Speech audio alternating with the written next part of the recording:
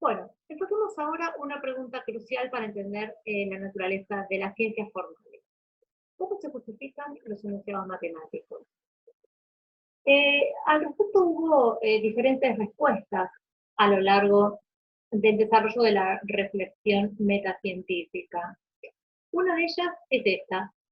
¿Los conocimientos matemáticos son verdades evidentes? ¿Deben darse por autojustificadas? Porque todo el mundo con uso de razón asiente inmediatamente a ella, porque es indiscutible su verdad, todo el mundo puede captar su verdad inmediatamente. Bueno, la respuesta es que no, y hay dos razones para el rechazo de esta posibilidad.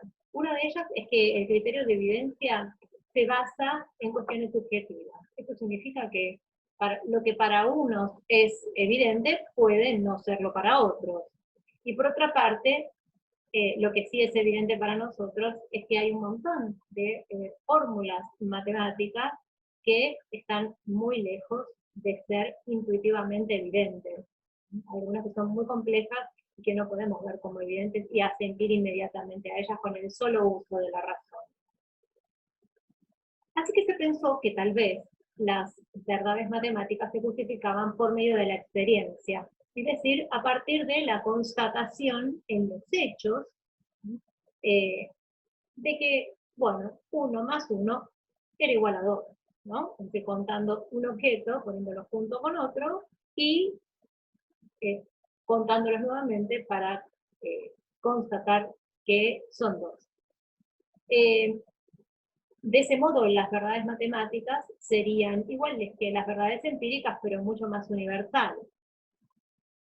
Ahora, esta posición tampoco pudo sostenerse, porque lo cierto es que mediante los sentidos se aprenden las operaciones matemáticas y los conocimientos matemáticos se pueden aprender mediante los sentidos, como el ejemplo este que poníamos recién de contar. Sin embargo, no se justifican de esa manera. La génesis psicológica de estas operaciones no tiene implícita la justificación. Esto es, que lo aprendamos a través de los hechos, no quiere decir que se fundamente a partir de hechos, no se prueba a partir de hechos. Los enunciados matemáticos se prueban de otras maneras.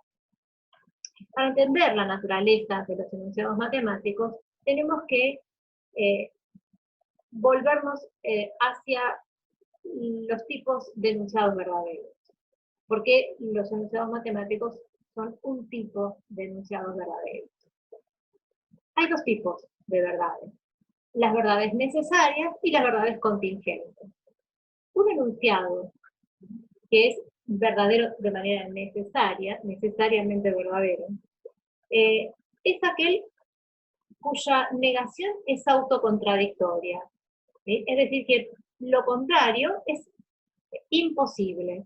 Fíjense el ejemplo, que es un enunciado de simetría. Todo triángulo tiene 3 ángulos, ¿sí? Negar este enunciado, es decir, no es cierto que todo triángulo tiene 3 ángulos, sería contradictorio porque cualquier triángulo que no tuviera 3 ángulos no sería un triángulo. Por otra parte están los enunciados verdaderos contingentes.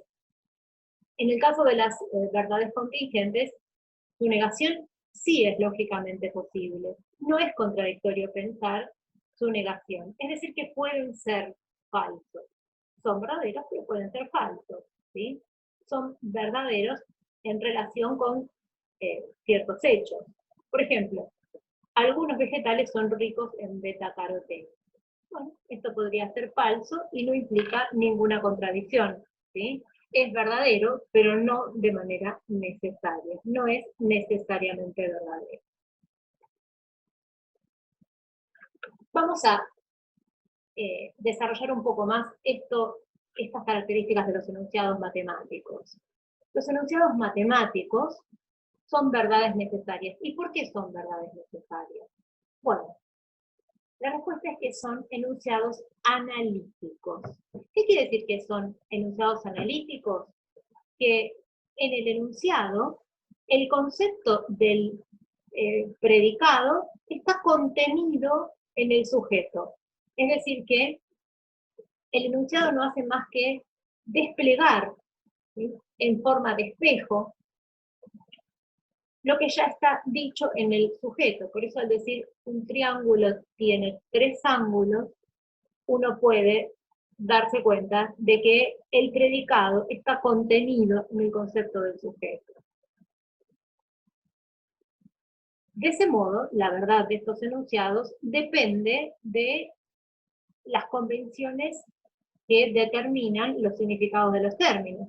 A ver, si triángulo, ¿sí?, se define de la manera en que se lo define en la geometría euclídea, y ángulo también, y 3 también, entonces este enunciado es un enunciado que debe aceptarse como verdadero. Es verdadero de manera a priori, ¿sí? La verdad de ese enunciado constituye un conocimiento a priori, es decir que es verdadero independientemente de la experiencia. Su verdad se determina independientemente de la experiencia. ¿Y cómo se determina? Bueno, justamente recurriendo a los significados de los términos estipulados por las convenciones que hemos mencionado antes. Por esta razón, no se necesita acudir a la observación ni a la experimentación para probarlo, ¿sí? Estas características de los enunciados que componen los sistemas matemáticos van acompañando el método de justificación de las ciencias formales. Si no se prueban por medio de la experiencia, ¿cómo se justifican los enunciados matemáticos? Bueno, los enunciados de las ciencias formales se organizan en estructuras que se llaman sistemas deductivos. Vamos a ver que se llaman también sistemas axiomáticos, pero lo veremos luego con más detalle. Cada uno de esos enunciados componentes de esa estructura se demuestra a partir de enunciados previamente demostrados hasta llegar a los primeros enunciados que se llaman axiomas y que se toman como punto de partida y no se demuestran. A los restantes se los denomina teoremas. A los que sí se demuestran a partir de los axiomas y de los enunciados previamente demostrados, se los denomina teoremas. Una demostración es la aplicación de reglas deductivas que nos permite obtener teoremas a partir de otros enunciados del sistema. Una característica central que nos va a importar mucho de las ciencias formales en el método es que las pruebas deductivas, basadas en reglas deductivas, son concluyentes. Esto significa que no son revisables. Dentro de ese sistema y con esas reglas, esa demostración tiene un carácter definitivo. Vamos ahora a caracterizar un poquito las ciencias fácticas. Es una primera aproximación, porque vamos a trabajar mucho más con las ciencias fácticas.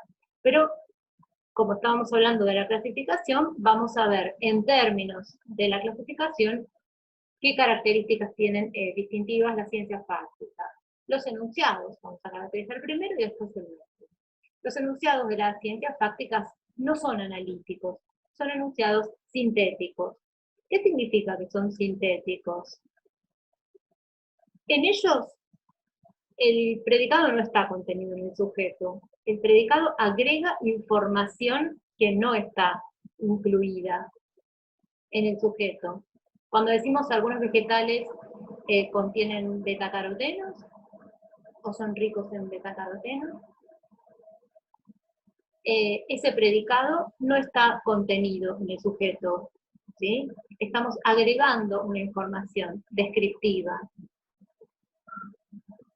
Eso supone, a su vez, que esos enunciados pueden ser verdaderos o falsos. Es decir, yo puedo decir que contienen, no sé, metales o cosas que no contienen. Es decir, yo puedo obtener enunciados que sean falsos. Los enunciados analíticos no podían ser falsos, eran verdades necesarias. En cambio, en las ciencias fácticas, su verdad es contingente. pueden ser verdaderos o pueden ser falsos. ¿Y de qué depende eso? Bueno, depende de la relación con los hechos. Y esto nos lleva directamente a hablar del método de las ciencias fácticas. Esto es, las ciencias fácticas necesitan contrastar sus enunciados con el ámbito de la realidad que es su objeto de estudio. Y para eso, esos enunciados deben ponerse en relación con ciertas observaciones, ya sea como resultados de experimentos u observaciones sistemáticas organizadas.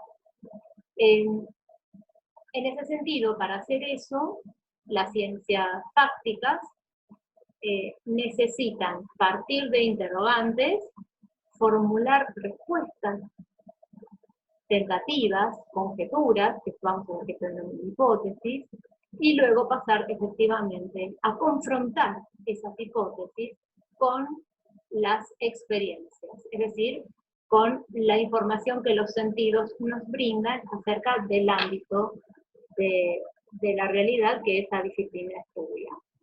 Bueno, si acompañamos el recorrido de nuestra exposición, ahora podremos entender mucho mejor los tipos de ciencias y cómo se aplican los criterios que sirven para su clasificación. Vamos a seguir trabajando y nos vemos la próxima.